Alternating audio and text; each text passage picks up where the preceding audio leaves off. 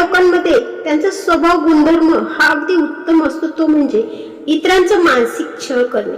अशा लोकांना इतरांचा मानसिक छळ करून जणू काही आनंदच मिळत असतो. मग अशा या जाणीवपूर्वक मानसिक छळ करणाऱ्या लोकांपासून स्वतःचा बचाव कसा करावा ते आज आपण पाहणार आहोत. त्यासाठी या पद्धती अवलंबल्या तर नक्कीच तुम्ही त्यांच्यापासून स्वतःला दूर ठेवू शकता. मित्रांनो, जगात आपल्याला भेटणारा प्रत्येक माणूस हा चांगलाच असतो असं नाही, आणि हे आपल्याला हळूहळू नक्कीच अनुभवातून कळतं.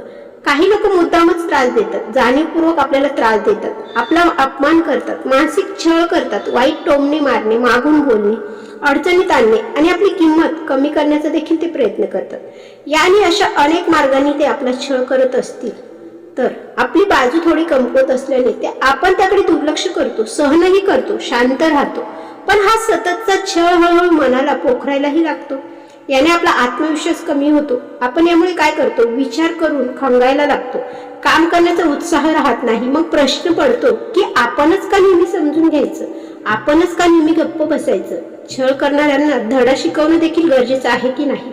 म्हणजे त्यांच्याशी वादविवाद करत बसायचं का, भांडण करत बसायचं का? त्यांना धडा शिकवणं म्हणजे स्वतःची किंमत दाखवून त्यांना देणं आहे का? शांत राहून डोक्याचा वापर करून समोरच्याला त्यांची जागा दाखवता आली पाहिजे. बुद्धीने वागूनही माणसाला गप्प बसवता येतं.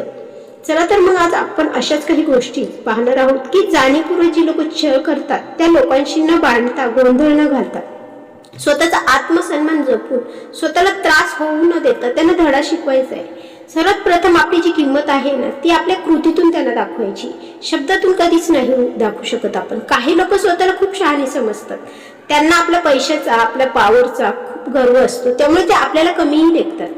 अशा वेळी जर आपण फक्त बडबड करत राहिलो ना आणि कृती केलीच नाही तर त्यामुळे आपली किंमत ही अजूनही कमी होते. सतत स्वतःविषयी स्पष्टीकरण देणं, स्वतःला योग्य ठरवणं हे बरोबर नाही. मात्र जेव्हा तुम्ही शांतपणे तुमचं काम चांगल्या प्रकारे करता, जबाबदारी नीट निभावता, वेळ पाळता, प्रामाणिक राहता, तेव्हा लोक आपोआप तुमच्यावर लक्ष देतात, तुम्हाला एप्रिशिएशन करतात. त्याच त्रास देणाऱ्या बोलून दाखवण्यापेक्षा उत्तम असं आहे की त्यांना वागून दाखवा. उत्तम काम करणं, यातून उत्तर देणं हे योग्य. त्यामुळे त्यांची बोलती ही आपोआप बंद होते. त्यांना अपेक्षा असते की तुम्ही घाबराल, तुम्ही उलट बोलाल, तुम्ही उभे राहाल. तुमचा आत्मविश्वासपूर्वक वागणं, योग्य निर्णय घेणं, काम वेळेत करणं आणि स्वतःवरचा विश्वास हेच तुमचं खरं त्यांना उत्तर असतं. खरं तर हळूहळू तो माणूस तुम्हाला बोलणं कमी करतो, कारण वाईट वागणुकीवर, वाईट शब्दांवर जगणाऱ्यांना चांगल्या कृतीतला माणूस हा झेपतही नाही.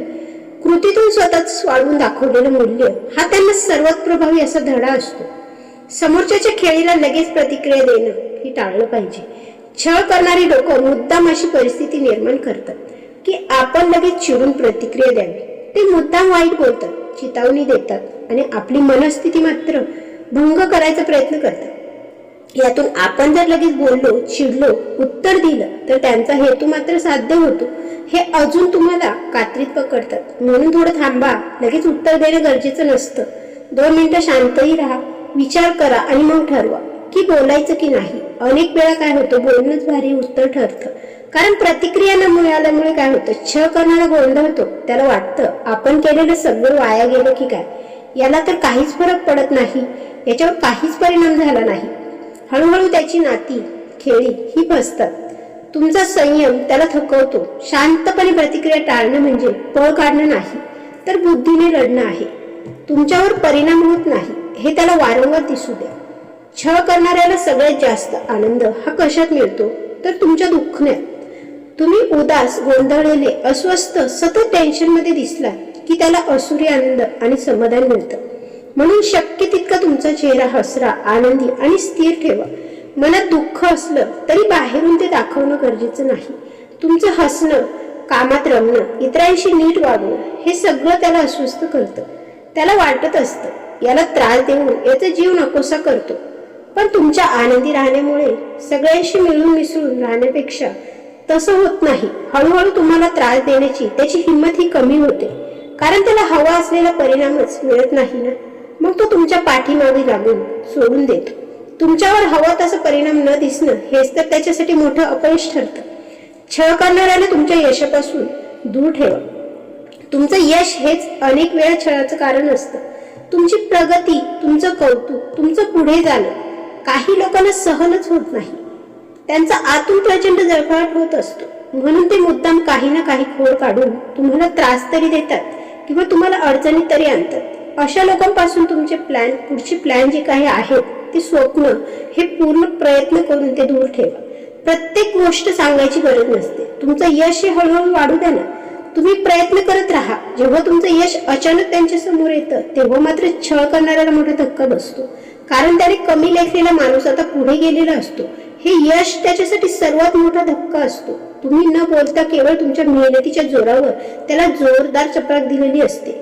योग्य वेळ आल्यावर त्याच्या वागण्याचं प्रतिबिंब हे त्याला नक्कीच दाखवा. कधी कधी लोकांना त्यांच्या वाईट वागण्याची जाणीवच नसते. त्यांना वाटतं की जे वाटतोय त्याला काही चुकीचं नाही. ते तर असंही म्हणतात की याची पात्रताच अशी आहे, यांच्याशी असंच वागायला हवं. तुम्ही यांच्या अशा वागण्याला योग्य प्रतिक्रिया द्यायला सुरुवात केली की त्यांना स्वतःचं प्रतिबिंब दिसू लागतं. ओरडून नाही, टोमण्यानी नाही, पण त्यांच्या पद्धतीनेच. उदाहरणार्थ ते दुर्लक्ष करत असतील तर तुम्हीही तितकंच मर्यादित वागूनही ठेवा. ते वेळेवर प्रतिसाद देत नसतील तर तुम्हीही लगेच त्यांच्या बोलण्यावर धावू नका. हळूहळू त्यांना जाणवतं की तुमच्यात काहीतरी बदललंय आणि तो बदल त्यांच्या वागण्यामुळे आहे. हा आरसा पाहून अनेक जण स्वतः सुधारतात. काही नाही सुधारत, पण त्यांचा छळ तरी कमी होतोच. तुमचा वेळ आणि ऊर्जा अशा लोकांवर वाया घालू नका. छळ करणारी लोक तुमच्या आयुष्यातील अमूल्य वेळ वाया घालवतात. तो विचारात, चर्चेत आणि तणावात. तुम्ही दिवसभर त्यांच्याबद्दल विचार करत बसता, हेच त्यांचं यश असतं. म्हणून तुम्ही जाणीवपूर्वक तुमचं लक्ष हे दुसरीकडे वळवा. तुमचं काम, तुमची आवड, तुमची माणसं यांच्यावर ऊर्जा खर्च करा. जेव्हा तुम्ही स्वतःमध्ये गुंतता तेव्हा बाहेरचा छळ कमी जाणवतो आणि तो कमी जाणवू लागला की तो आपोआप कमीही होतो, कारण तुम्ही त्याला महत्त्व देणं बंद केलेलं असतं. दुर्लक्ष करू नका, पण तुमच्या वागण्याचं प्राधान्य बदलणं हे खरं शहाणपण आहे. त्यांच्या बोलण्यावर नव्हे, कृतींवर लक्ष ठेवा. काही लोक आतल्या गाठीची असतात, खूप गोड गोड बोलतात, पण आतून मात्र वेगळाच कट कारस्थानं त्यांच्या मनात शिजत असतात. यांचा त्रास हा बोलण्यातून तर होत नाही, पण कृतीतून मात्र आपल्याला प्रचंड होतो. म्हणून त्यांच्या बोलण्यावर विश्वास ठेवू नका. त्यांनी काय केलं, ते कसे वागले ते पहा. एकदा त्यांचा डाव समजला की माणूस ओळखता येतो, आणि माणूस ओळखला आला की त्याच्यापासून कसं अंतर ठेवायचं, त्याच्याशी कसं वागायचं हे मात्र आपल्याला समजतं. फक्त शब्दांवर विश्वास ठेवल्यामुळे आपण वारंवार फसतो. कृतीकडे लक्ष दिलं की त्रास ओळखणं सोपं जातं आणि योग्य वेळी स्वतःला त्यांच्या तावडीतून वाचवता येतं. तुमचा सन्मान करणाऱ्या लोकांचे वर्तुळ तुमच्या भोवती वाढवा. आपल्याला छळ सहन करावा लागतो, कारण आपण चुकीच्या लोकांत अडकलेलो असतो. जी लोक तुम्हाला समजून घेतात, आदर करतात, प्रोत्साहन देतात, स्वतःचं तुमचं कौतुक करतात, त्यांच्यासोबत जास्त वेळ घालवा. अशा लोकांना मध्ये राहिल्याने तुमचा आत्मविश्वास वाढतो, आणि आत्मविश्वास वाढला की त्रास हा सहन कमी करायला गरजच उरत नाही. पॉझिटिव्ह लोक पॉझिटिव्ह एनर्जी देतात आणि मग चुकीच्या लोकांचं वर्तुळ हे आपोआप दूर होतं, कारण तुम्ही आता बदललेले असता. योग्य माणसं हीच तुमची ढाल बनत जाते. प्रत्येक वेळी गप्प राहून छळ सहन करता योग्य ठिकाणी बोलायलाही शिका. सगळीकडे गप्प बसायचं नसतं, नाहीतर लोक तुम्हाला चण्यावर विकून खातील आणि तुम्हाला पत्ताही लागणार नाही. म्हणून काही वेळा योग्य ठिकाणी योग्य माणसांकडे तुमचं मत ठामपणे मांडताही आलं पाहिजे. रडारड करायची गरज नसते, आरोपही करायची गरज नसते, पण वस्तुस्थिती शांतपणे सांगायची. काय घडलं ते समजावून सांगा. जेव्हा त्रास उघड होतो तेव्हा त्रास देणारा मात्र सावध होतो. त्याला भीती वाटते. गुपचूप चालणारी गोष्ट बाहेर पडते, त्याची ताकद कमी होते. त्रास सांगणे म्हणजे बदनामी हा तर विचार डोक्यातून काढूनच टाका. ते तर स्वतःचं संरक्षण आहे.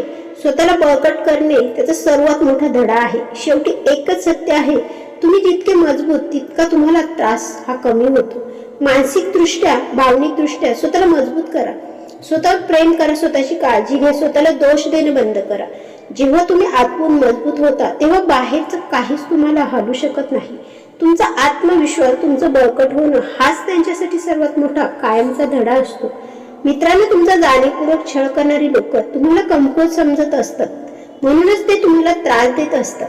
पण जेव्हा आपण स्वतःला ओळखतो, स्वतःमधली ताकद जागृत करतो, तेव्हा त्रास देणाऱ्यांची ताकद ही आपोआप कमी होते. प्रत्येक वेळी भांडण करणं गरजेचं नसतं, हे मात्र कळून चुकलं आहे.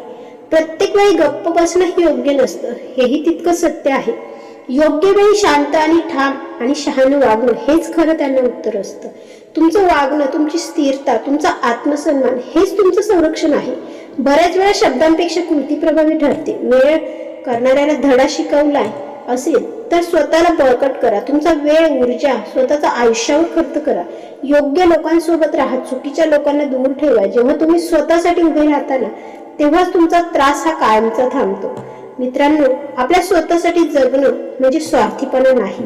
मी नेहमीच स्वतःच्या स्वावलंबावर, सेल्फ रिस्पेक्टवर बोलत असते. आपण जर आपला आदर केला तरच आपण जगामध्ये टिकून राहू शकतो. मग ती व्यक्ती घरातल्या असो किंवा बाहेरच्या, आपला सन्मान हा आपणच मिळवायचा असतो. त्यामुळे दररोज अशा सकारात्मक विचारांना घेऊन आपण दररोज भेटतो. आजचा व्हिडिओ तुम्हाला कसा वाटला? व्हिडिओ जर आवडला असेल तर व्हिडिओला एक लाईक करा. चॅनलला नवीन असाल तर थॉट्स या चॅनलला सबस्क्राईब नक्की करा. भेटूया पुन्हा अशा सकारात्मक विचारांना घेऊन.